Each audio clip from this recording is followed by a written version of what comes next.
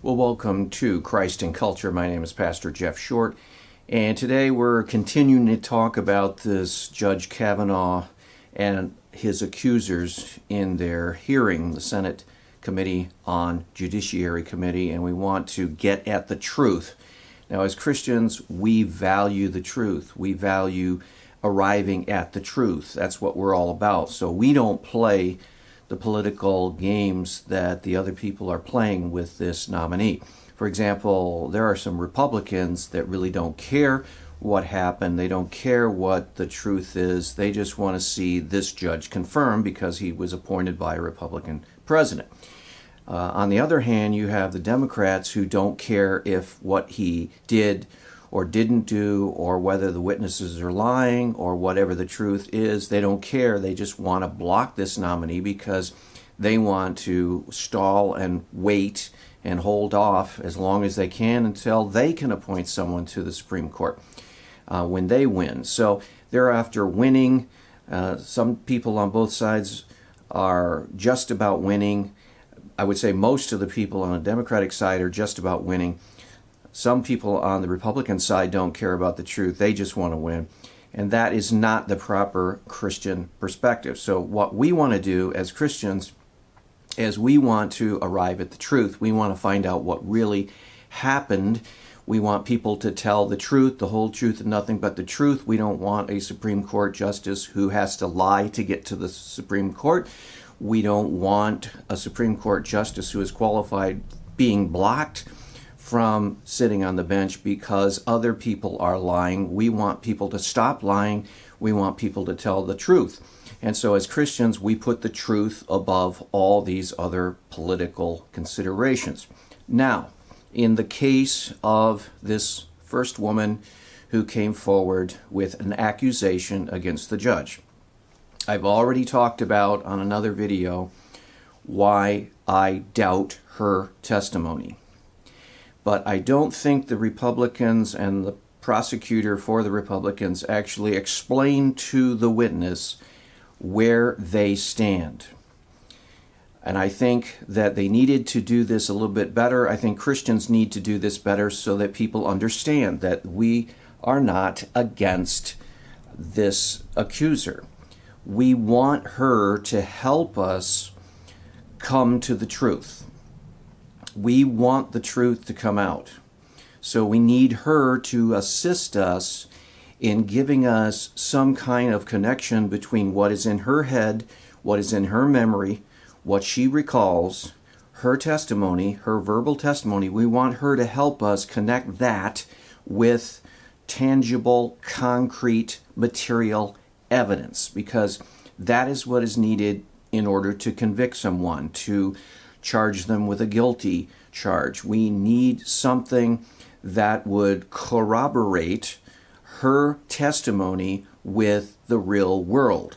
And so if I were the prosecutor, if I were the Republicans on that committee, I would have said to her, we neither doubt your testimony nor do we affirm your testimony. We want you to help us connect your testimony with evidence, because you have to have evidence in order to charge guilty.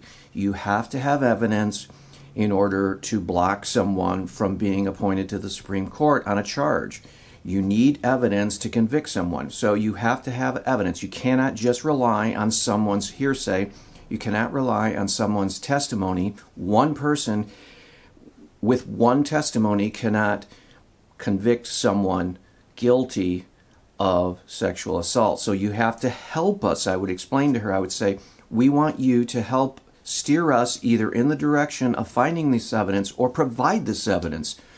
Connect the dots so that we can put this puzzle piece together and understand your story in the light of evidence. That's what I would explain. Now, we know that the Democrats could care less about whether her story is true or not.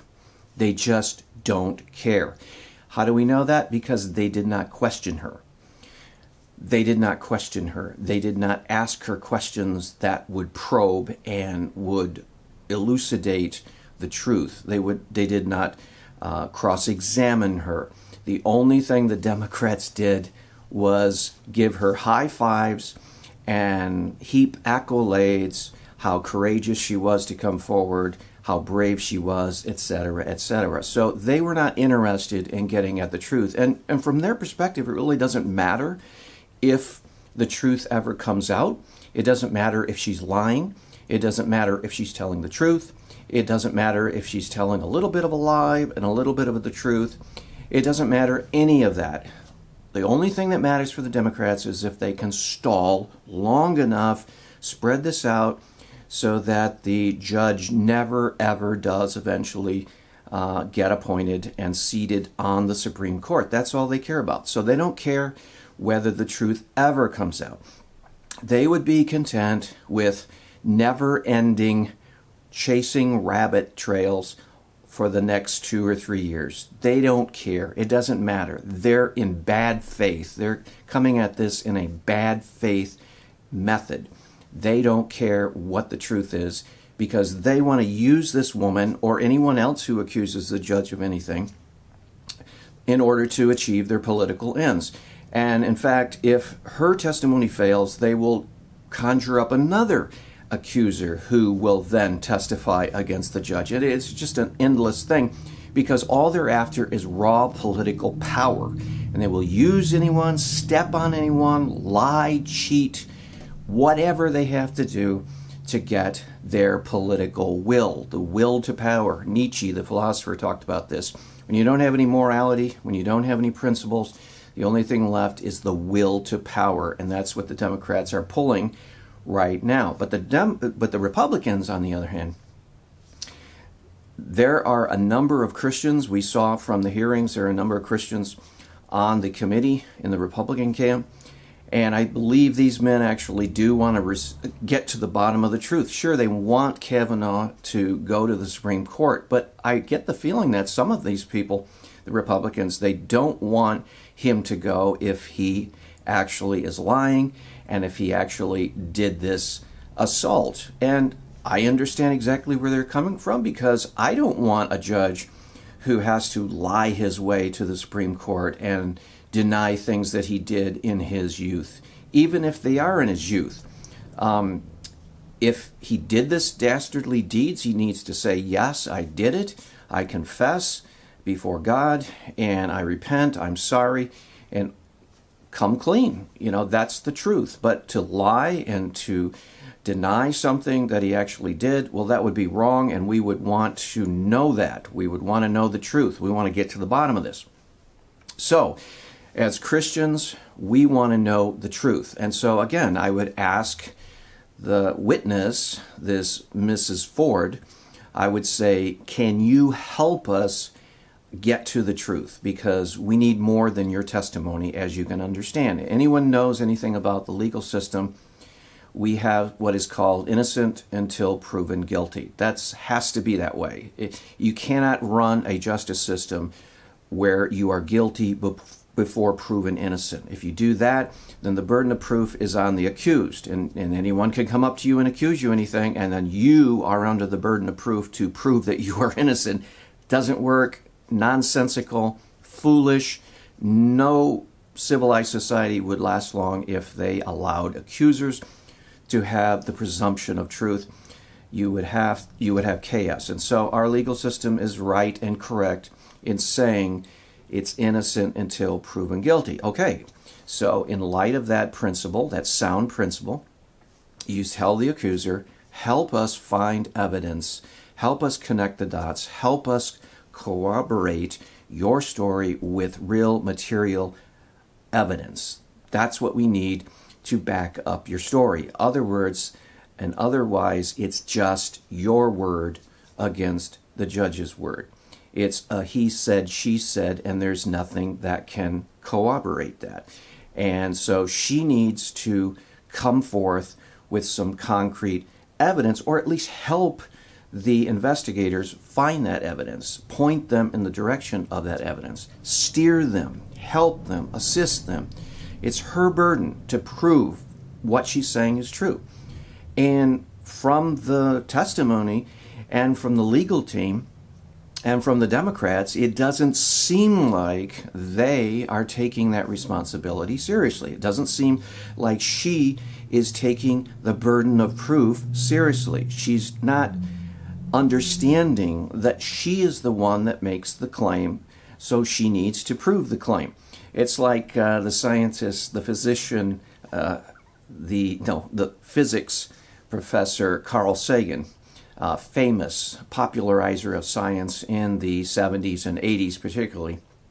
He would often say, if you make a big claim, you have to have big evidence. A big claim, big evidence. She's making a huge claim. She's claiming that this judge that's about to be seated on the Supreme Court assaulted her, tried to rape her, and almost killed her. That's her big claim, and it is a huge claim, okay? She has a big claim, so you have to have big evidence. You can't just make the claim and leave it at that and shift the burden of proof to the judge. No, you come up with this claim, you have to come up with the evidence. And I don't see her or her legal team trying to help the investigators come up with that needed evidence. They need to have that evidence. If they don't have that evidence, then they have nothing. All they have is a bald, empty claim that nothing can substantiate it with. Okay, I don't see the Democrats coming up with any pathway to this concrete evidence either. In other words, and they don't even seem to see the need to have it. And again, they don't care. They just want to stall. They just want to drag this out so that they can run out the clock and block this man from going to the Supreme Court. Well, that's not good faith investigation. That's a sham. That's pretension. That is deception. And so we need to listen to nothing the Democrats say. They don't care about the truth. They just care about winning. But the Republicans now, we need to care about the truth. And I consider myself a part of the Republican side because I really do think that this judge is highly qualified and that there's nothing in his record that would disqualify him except this claim by this Mrs. Ford. And we need to see if there's any corroborating evidence. And in the absence of any corroborating evidence, then he should be confirmed. No question. You cannot have someone who is highly qualified blocked from a position where we need them. We need a good judge. We need a highly qualified judge. You can't have his office blocked because of an unsubstantiated claim. So I would say to the Mrs. Ford, Dr. Ford, I would say right up front, I would say, you have an accusation. Okay. You need to help us prove it by supplying us with material evidence to support it, or pointing us in the direction to get that material evidence so we can substantiate what you're saying in the real world. I thought about this before and I said, when you throw a pebble into a pond, there are ripples. And how do you know something went into the pond? How do you know a pebble was thrown into the pond? How do you know something disturbed the water? Because there are ripples. Okay? Now, her claim is that something happened. Okay? Where are the ripples? Where are the real world, tangible, concrete ripples in the water of her life and in the water of people's lives around her? Where is this cause and effect situation that if this big, momentous, traumatic experience happened to her, where are the ripples in her life and in the life of her family and in the life of her friends? Where are the real world, tangible, concrete proof that something happened to her? Now, there are ways that one could go about this. For example, she claims that her grades were affected in college because of this traumatic experience that happened to her when she was 15. Okay, well, college is 3-4 years down the road from her situation. What about the grades in high school? If we go back to her grades in high school, will we find that all of a sudden her grades dropped off the map, that she dropped out of some after-school activities. Is there evidence that her friends noticed that she suddenly withdrew from their company? What about her family? Now, this is another big problem with her story. Her parents, where are her parents right now? Where is her mother? Where is her father? Does she have brothers? Does she have sisters? Does she have relatives? Does she have neighbors? Does anyone know her? Can they substantiate her claim that a huge traumatic experience happened when she was 15 after this party? Is there anything that her mother can say? Can her mother say, for example, oh yeah, for some reason during her sophomore year in high school, she all of a sudden lost all interest in studying. She started hanging out with a different crowd. She stopped doing after-school activities. Her attitudes changed. We had real trouble with her after this sophomore year. Okay, that might be a piece of the puzzle. What about her father? Did her father say, yeah, we started having discipline problems with her. She started getting depression. We had to take her to the doctor. We had to put her on depression medicine. We had to do this, that, and the... Okay, that would be an indication in the real world that something happened to her that she could help the investigator. She could say, well, if you talk to my mom, if you talk to my dad, they will tell you that my attitude, my grades in school went down. My social life basically dried up to zero. I became withdrawn. I would just come home from school. I wouldn't socialize. I wouldn't go to any parties, etc., etc. Does she have any sisters? Does she have any brothers? We could interview them. She could point us to them. Why didn't she point us to her mom? Why didn't she point us to her dad? Why didn't she point us to any brothers or sisters she might have, or neighbors or relatives that could have given testimony that she underwent this traumatic thing they don't know? Maybe she claims that she never told a soul.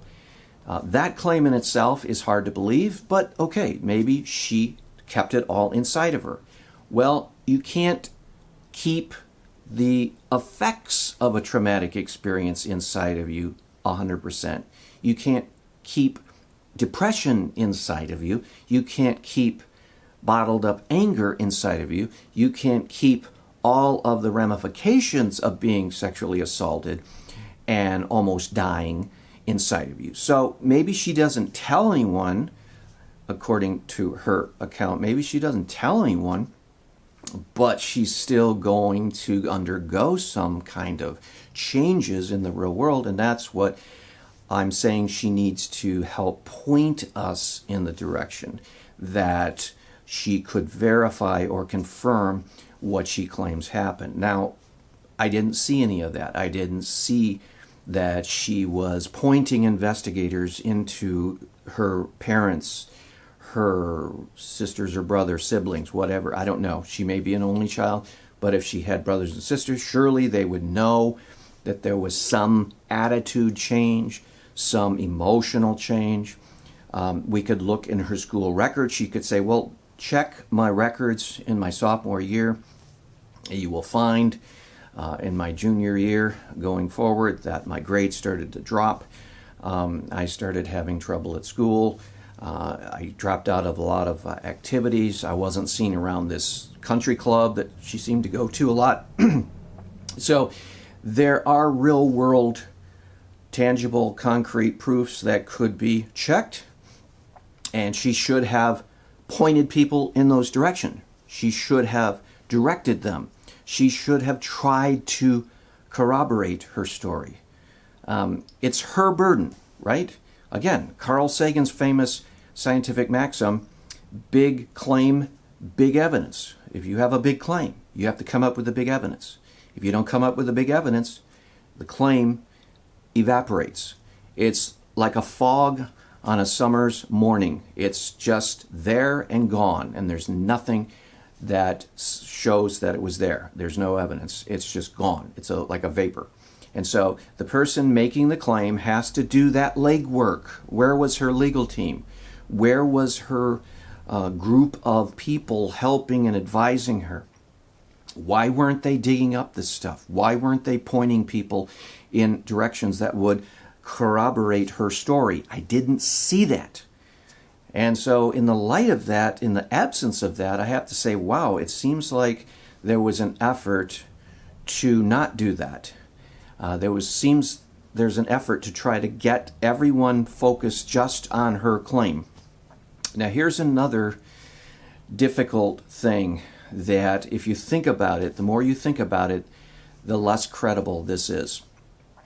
A lot of the events surrounding this alleged assault, she can't remember. She can't remember how she got to the house. She can't remember how she left the house. She doesn't remember what she did when she got home. It's just all a blank. And the memory, she claims she can't remember any of this. But in the light of all this memory lapse and in the light of all of her failed memory, she remembers one very specific thing, and that is she had one beer, only one beer. Now, why is that suspicious? Well, because if you tell someone a story about a party and where people are drinking, and you're making a claim, a wild claim, a big claim, I should say, not wild, but a massive, huge claim that someone assaulted you, people will naturally ask, well, had you been drinking and were you drunk, and could you be mistaken because your mind was not clear because you had been drinking? And so to answer that logical question, she made a point to remember that she drank one beer. Wow. Why would she remember that when all of these other things were so much more pertinent to her whole story? For example, it doesn't seem reasonable. It doesn't even seem believable that you wouldn't understand how you got to this party. I mean, after all, this big thing happened at this party, so you're going to remember about that day. You're going to remember about the time around this big event, so-called, in your life.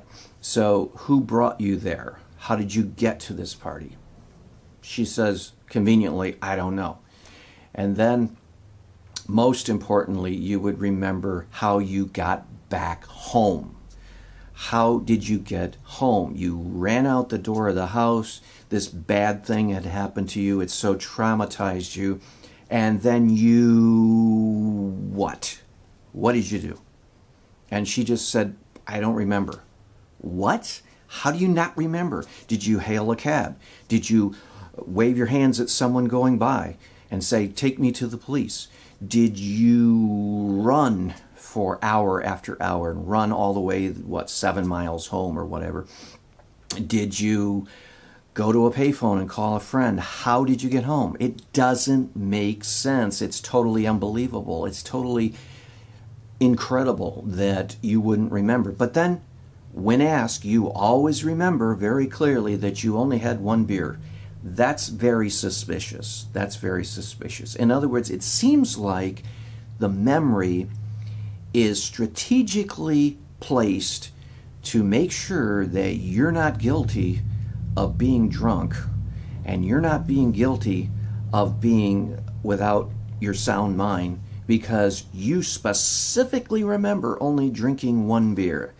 And yet all these other memories of how you got there and how you left and what happened afterwards, they're all foggy, and that's all unclear. Well, it sounds like somebody scripted or selected items to remember. And it sounds like someone crafted a story that purposely left out any real-world connections that could be followed up so as to be either confirmed or denied or falsified or verified. It seems like this story is perfectly tailored to never achieve verification or falsification. So it's strategically created to show that she wasn't drunk because she knows she only drank one beer, but then after that she hardly knows anything else, except she knows that Brett Kavanaugh was the one that attacked her, but then everything else seems to be very faded and foggy. You know, that is really suspect, and it really casts doubt on the whole story. It sounds like, again, if you're looking for the truth and you're wanting to get to the bottom of this, what really happened, it sounds like this story was crafted specifically to be vague and unverifiable so that the story itself would just hang out there. The accusation would have its effect. And remember, from the Democratic standpoint, this only has to delay the confirmation. It doesn't have to ultimately be verified. It doesn't have to ultimately be true. It doesn't have to ultimately check out. It doesn't have to ultimately be anything. All it has to do is cast enough doubt on this nomination process so that this judge is never eventually seated on the court, and then it has achieved its effect. It's as if some operative had crafted the story to be specific enough to name the judge as the guilty party and specific enough to clear this woman of any drunkenness or not in sound mind, but vague enough to never ever be verifiable, and most importantly, never to be falsifiable.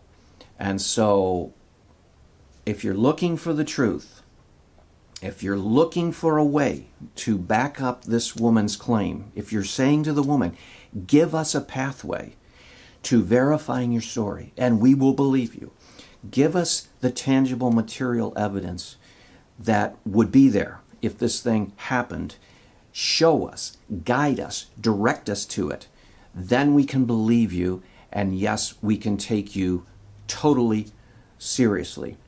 But in the absence of that necessary proof and evidence, we cannot believe your story. You have not overcome the burden of proof. You have not done due diligence in helping us achieve what you claim, and that is believe that this thing actually took place the way it did. So I say to you, as a person who is more interested in the truth than to have this judge seated, I don't know anything about this judge other than what I see and what I read, and I'm saying right now the burden of proof was not met. We cannot block this man's appointment to the Supreme Court because of an allegation that cannot be confirmed. So the best thing to do is to throw this accusation out. Hope that's been helpful. This is Pastor Jeff Short. We'll see you back next week on another edition of Christ and Culture. God bless.